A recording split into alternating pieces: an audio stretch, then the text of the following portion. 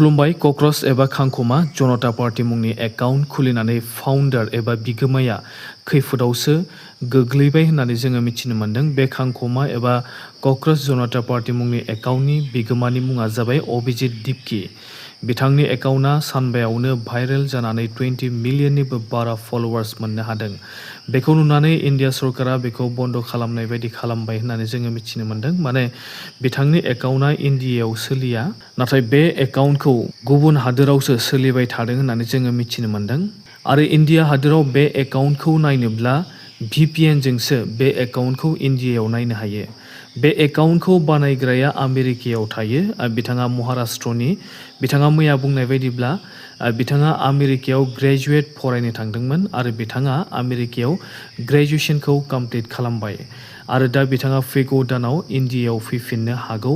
बिथाङा इन्डियायाव फैयोब्ला बिथांखौ एरेस्ट खालामनानै दिल्लीनि तिहार जेलाव सोना दोनगोन होननानै बुंदों। मानोना बिथाङा ISI निफ्राय धोन सम्पति मोनदों होननानै कमप्लेन खालामनायखौ नुनो मोन्दों।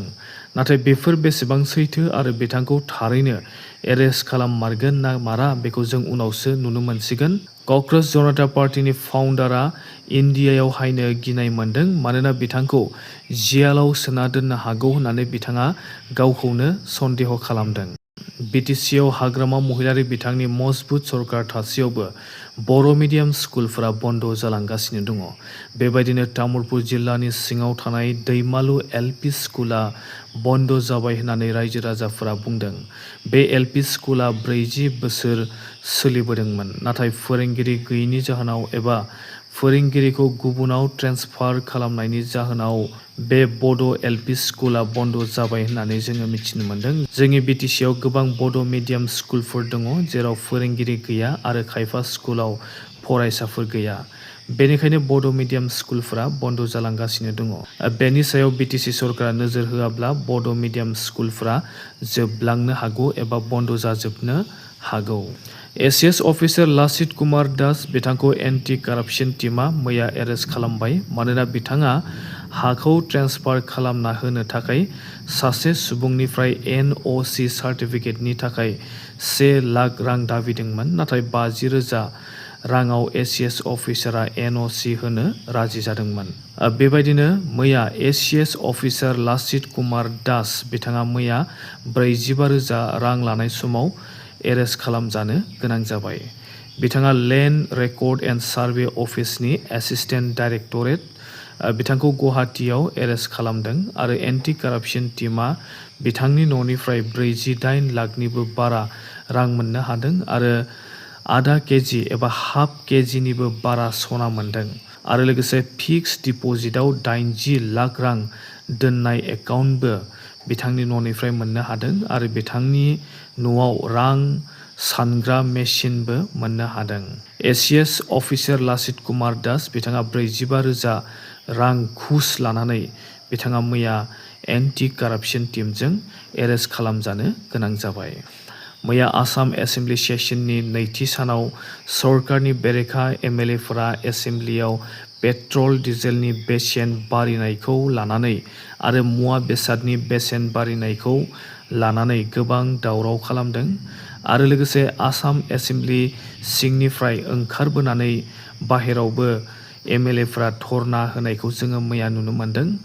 गभर्नरा मैया एसेम्बलियाव BJPनि सरकारनि खामानि मावनायफोरखौ बाख्नायदोंमोन, नाथाय सादारन मानसिफोरनि समस्याखौ समाधान खालामनो सरकारा जेबो डिसिसन लायाखै। सादारन मानसिफोरा ओंखामनि थाखाय गोबां खस्थ' खालामनो गोनां जादों आरो LPG गेसखौ लाइन जायोब्लाबो मोननो थाङाखै होननानै जोङो मिथिनो मोन्दों। बेफोर समस्याया मानि थाखाय जादों बेखौ सरकारा मोजाङै फोरमायनानै होआखै आरो लोगोसे अपोजिशन पलिटिकल पार्टिनि MLAफोरा बुंनाय बायदिब्ला सेन्ट्रेलावबो BJPनि सरकार आरो लोगोसे जोंनि आसामावबो BJPनि सरकार। बे हिसाबै हिमन्त बिश्व शर्मा बिथांमोना बेबायदि समस्याखौ समाधान एबा कन्ट्रल खालामनो हायो होननानै अपोजिशन पार्टिनि लिडारफोरा बुंदों। नाथाय आसाम सरकारा बेफोरबायदि समस्याखौ दिनैसिमबो समाधान खालामाखै। आरो जों दा मिथिनो मोननाय बायदिब्ला UCCखौ 26 मे खालारखालि इमप्लिमेन्ट खालामनाय जागोन। बेखौ इमप्लिमेन्ट खालामनायनि उननिफ्रायनो आसामनि मानसिफ्रा मोनसे सिस्टेमजोंनो जुलिखौ खालामनो नांसिगोन। जुलि खालामनाय नेमा सोलायसिगोन। फाथैलाइ बिसिलाइनि नेमाबो सोलायसिगोन आरो सासेनि बारा हिन्जाव एबा हौवा जुलि खालामनो मोननाय नङा। आरो जुलि जायाबासिनो हौवा हिन्जाव बादि जयै थानो मोननाय नंलिया। आरो लोगोसे जुलिखौ बेसेबां बैसोआव खालामनो नांगौ बेनि थि बैसो बानायनाय जासिगोन। आरो फिसाला आरो फिसाजोनो बिमा बिफाया समानहै सम्पति राननानै होनांसिगोन। ट्राइबेलफोरनि थाखाय बेफोर नेमखौ जानाय नङा होननानै आसामनि chief minister doctor Himanta Biswa Sharma बिथाङा बुंदों।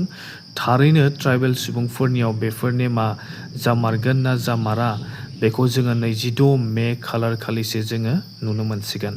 मैया आसामनि 33 जन लाइमोनफोरा नंखाय कम्पानिजों थगायजानो गोनां जाबाय होननानै जोङो मिथिनो मोन्दों। आसामनि 33 जन ITI पास जानाय लाइमोनफोरा LG इलेक्ट्रनिक्स मुंनि प्राइभेट कम्पानियाव जब नागिरनानै खैफोदावसो गोग्लैनो गोनां जाबाय।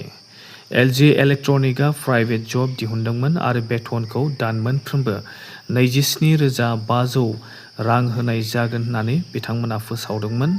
बेखौ नुनानै आसामनि 33 जन ITI पास जानाय लाइमोनफोरा एप्लाइ खालामनानै दिल्लीसिम बे कम्पानियाव जइन जानो थाखाय थांदोंमोन।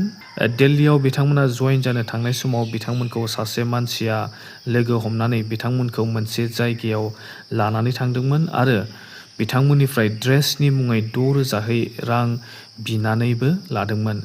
जेब्ला बिथाङा 6,000 रांखौ मोनबाय, बेनि उनाव 33 जन आसामनि लाइमोनफोरखौ मोनसे रुमाव थाथ'नो थिनदोंमोन। बेनि उनाव बे रां लाग्रा सुबुङा आसामनि 33 जन लाइमोनफोरखौ रुमाव दोननानै बिथाङा बाहेरायाव ओंखारलांनायनि उनाव बिथाङा खारखोमालांबाय आरो जेब्ला बे रां लाग्रा सुबुंखौ फन खालामनाय जादोंमोन, बे समाव बिथाङा सुइच अफ खालामनानै लादों। बेबायदिनो आसामनि 33 जन लाइमोनफोरा दिल्लीनि कम्पानियाव जइन जानो थांनानै रां लुथिनानै लाजादों आरो थगायजाबाय। सेपारेट बड'लेण्ड स्टेट मोननो थाखाय एबसु फरायसा आफादखौ दैदेनग्रा प्रमद बर' बिथांमोना सानसे समाव ओरैबायदि जरदार आन्दलन खालामदोंमोन आरो बर' हारिनि रायजो राजाफोराबो बिथांमोनजों गोबां सापर्ट खालामफादोंमोन। बे समाव हाग्रामा महिलारि बिथांनि सरकार दङमोन आरो हाग्रामा महिलारि बिथाङा लाबोनाय BTC एकर्डखौ प्रमद बर' बिथांमोना खातिर खालामाखैमोन एबा मानबो होआखैमोन। मानोना प्रमद बर' बिथांमोननि दैदेननाय एबसु फरायसा आफादनो काउन्सिलखौ नाङा, नाथाय बिथांमोननो सेपारेट बड'लेण्ड स्टेटसो नांगौ होननानै बिथांमोना दाबि खालामदोंमोन। बे समावनो प्रमद बर' दैदेननाय एबसु फरायसा आफादा हरखाबै बिथांमोननि डिसिसनखौ बिथांमोना सोलायो आरो बिथांमोना सेपारेट बड'लेण्ड स्टेट दाबियाबासिनो उनाव बिथांमोना BTR एकर्डखौनो प्रमद बर' बिथांमोना गनायनानै लादों। बेल' नङा, प्रमद बर' बिथांमोना NDFBफोरखौबो हाग्रानिफ्राय लेंहरनानै सारेन्डार खालामहोजोबदों आरो बेबायदिनो खायफा एबसुनि लिडारफोरा एबसुखौ नागारनानै UPPL पार्टी बानायनानै बिथांमोना UPPL पलिटिकेल पार्टियाव जइन जाबाय आरो NDFBनि सानैसो लिडारफोरनोबो MCLA एबा MLA जानो सुबिदा होनानै एबसु फरायसा आफाद आरो NDFBनि गेजेराव बड'लेण्ड स्टेट दाबिनाया बन्द जायो। BTR एकर्डनि गेजेरजों जानो गोनां दफाफोरा दिनैसिमबो मावफुं जाजोबासै आरो लोगोसे NDFBनि समयसायाबो जोबनानै थाङासै आरो जायफोर एबसुनि लिडार आरो NDFBनि लिडारफोरा UPPL पार्टी दाबाय, बिथांमोनानो दा बे पार्टीखौ नागारनानै BJPआव जइन जानो नागिरनायखौ जोङो नुनो मोनदों। जों दा खायफा बर' लिडारफोरखौ नुनो मोनदों। खायफा बर' लिडारफोरा बर' हारिनि खामानि मावना दिन्थिनानै मुंदांखा जानायनि उनावनो पलिटिक्सआव जइन जायो आरो बेबायदिनो बड'लेण्ड स्टेट दाबिग्रा लिडारफोरा गोमालाङो। जेसेबांखि बड'लेण्ड स्टेट दाबिग्रा लिडार ओंखारबोबाय, बयबो पलिटिक्सआव जइन जाजोबफ्रामबाय होननानै जोङो बुंनो हायो आरो बर'नि गेजेराव बड'लेण्ड स्टेट दाबिग्रा मोजां लिडार गैयिखाय एबा दैदेनगिरि गैयिखाय बर'फोरा दिनैसिमबो सेपारेट बड'लेण्ड स्टेटखौ मोननो हायाखै। मानोना एबसुनिफ्राय जागायजेननानै जेसेबांखि गुबुन गुबुन आफादफोर दङ, बेफोर आफादनि मुंदांखा लिडारफ्रा दिनैनि सानाव पलिटिकेल पार्टियाव जइन जानानै इलेक्सन गेलेनायखौसो जोङो दा नुनो मोनगासिनो दङ।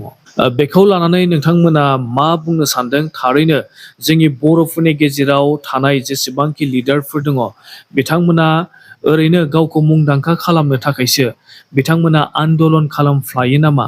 आरो आन्दलन खालामखांनायनि उनाव जेब्ला बिथांमोना पपुलार जायो एबा मुंदांखा जायो, बेनि उनावनो लोगो लोगो बिथांमोना पलिटिकेल पार्टियाव जइन जानानै बिथांमोना इलेक्सन गेलेनानै MLA एबा MCLA देरहालांनो सुबिदा लायो नामा? बेखौ नोंथांमोना कमेन्ट खालाम। दासिमनि रादाबा एसेनोसै। Thank you.